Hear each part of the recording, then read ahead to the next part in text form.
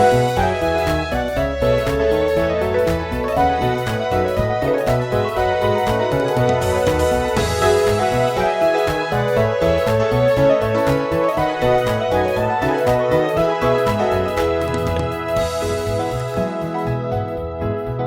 listening to The Bo's Nose, a podcast about QI Roberts Junior Senior High School in Putnam County, Florida. And I'm your host, Mr. Bose. Today in studio, we have the candidates for 10th grade class representative.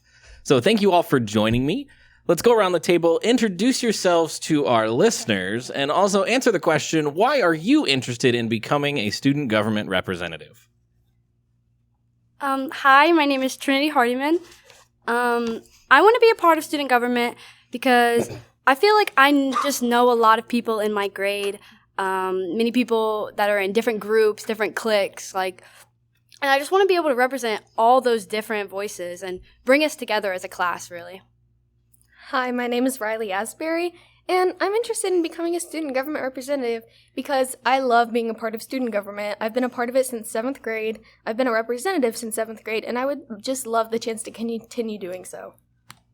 Hi, I'm Stacy Lopez, and I wanted to try to do something new and represent my fellow classmates, getting out of my comfort zone, and also talk about what I want or believe is what motivated me to run for this position.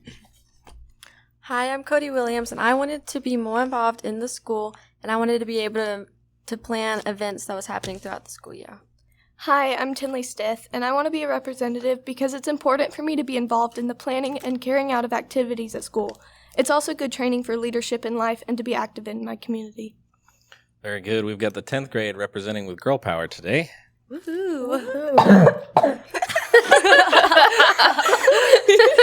to kill it. That's a girl power move right there. Alrighty, so I'm gonna give each of you two randomly selected questions from the list here. And I think the first one is gonna go to Riley. Okay. How do you plan to effectively represent the interests and concerns of your fellow students if elected? If I'm elected, I plan to represent the interests and concerns of my fellow students effectively through communication because I'm a person that knows basically everyone in my grade. A lot of people do talk to me about things like that because I have been a representative since 7th grade. So when they know how they can come to me and tell me issues or concerns and ideas that they have, and they know I will try to talk it out with the rest of student government. And, sorry, let me read the rest of my question. And I can bring it to student government and help bring those ideas and concerns to light. And I just love that, being able to communicate other people's concerns, ideas, things like that. So, Tinley, next question is actually, it's the same question to you. So how do you plan to effectively represent the interests and concerns of your fellow students if elected? Well, it's important to me that everyone's ideas and opinions are heard and considered, so I'd really like to incorporate everyone so that all of us really feel just excited to participate in the events that the school hosts. Very good. So I'm going to push you a little bit on that one. So you want to make sure everybody's opinions are heard. How do you plan on dealing with those whose opinion might not end up being the final decision that was made by student government? Well, it's important that everybody feels like they are included in the planning. So I really just want to go out and make sure that people are aware of the options they have for things as simple as the homecoming card that we hand out. That although your design may not be chosen, that it is still considered and that we want you to be happy with the final product that is produced. Very good. Trinity, next question is for you. How would you approach collaborating with other student government representatives and other student organizations on campus? I think communicating with them is just really important. Communicating with other organizations, like maybe messaging them on their social media pages, or even going to club meetings around the school, just to bring up ideas and discuss how we can work together, both them and student government together. Yeah. Right. Stacy, next question is to you. How would you approach collaborating with other student government representatives and other student organizations on campus? I would do this by having a talk with a president of their club or grade in the specific student organizations and with other student government representatives, I would just conversate with them during power hour or just text them on social media on somewhere to talk about what I would like to do. Okay, very good. Cody, next question is for you. How do you plan to balance your academic responsibilities with the time commitment required for being class representative? How do you plan to balance your academic responsibilities with the time commitment required for the position? I will use Power Hour to my advantage and use it for my academic time, and I will schedule my academics around my student government meetings. Okay, very good. Riley, same question to you. Okay, so how do I plan to balance my academic responsibilities? I plan to balance my academic responsibilities and time commitment for this position by making sure I use Power Hour to my advantage and my free time outside of school, of course. I will use all of that empty time to do my schoolwork, any homework I have, but I will make sure that I use my free time to plan any kind of student government projects, like if I was assigned to create a flyer for one of our things that we're going to be doing, I'll make sure to do that during my free time during Power Hour outside of school, so I don't do it just last minute, like any procrastination kind of a deal. And I always have been able to, so I really don't see why I would have a problem with it now. Very good. So let's change gears and go to a different question. Trinity, this one's to you. How will you communicate and engage with students who may not be actively involved in either student government or really actively involved in the school spirit?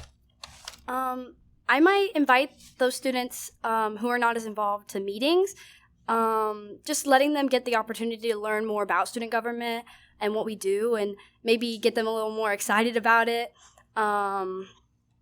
Just really helping them feel like they're a part of their class. And those who have different perspectives also, I think, just really helping them see what student government does and how we try to include everybody and just really support student government's decisions as best as you can, and really try to make everyone happy. Okay. Extension on that, how would you motivate your class to participate, say, in the theme days or in if you're decided to dress alike for a pep rally? I think just maybe messaging them on social media, be like, hey, we're gonna all dress up like this. I really think you should do that. You can only go so far. Not everybody is going to always want to participate, but the best you can do is just encourage them, show them how much fun it would be, and how much fun spirit days or pep rallies would be. Very good. Tenley, same question. So how would you engage with students not involved with student government? Well, everyone's voice is very important to me, and even if they're not super involved, I want them to feel a part of the decision so they can have fun and enjoy the activities. So I would fully invite them to come be a part of the meetings that we have planned and to be involved in the conversations that happen around planning these ideas. So how would you handle a student that was always unhappy with every decision that you made as their representative, but you invited them to meetings and they never came? I would let them know that if they showed up to a meeting, they would be able to better communicate their side of the decision, and that maybe that decision could have swayed in their favor if they wanted to show up. Okay, very good. Cody, next question's for you. Describe a situation where you had to take a leadership role and make a tough decision. One time I've had to take a leadership role is in my old softball team when I was the captain. And my softball girls were really lacking communication, so we had to have a discussion about why they would not be able to communicate. Okay, very good. Stacy, same question. A situation where I had to take a leadership role and make tough decisions is when being in a group in class and no one's working and they're just playing around, and I really want to get my work done, so I try to get them to work and assign them to do something and try to make it fun so that they don't get bored. And Okay, very good.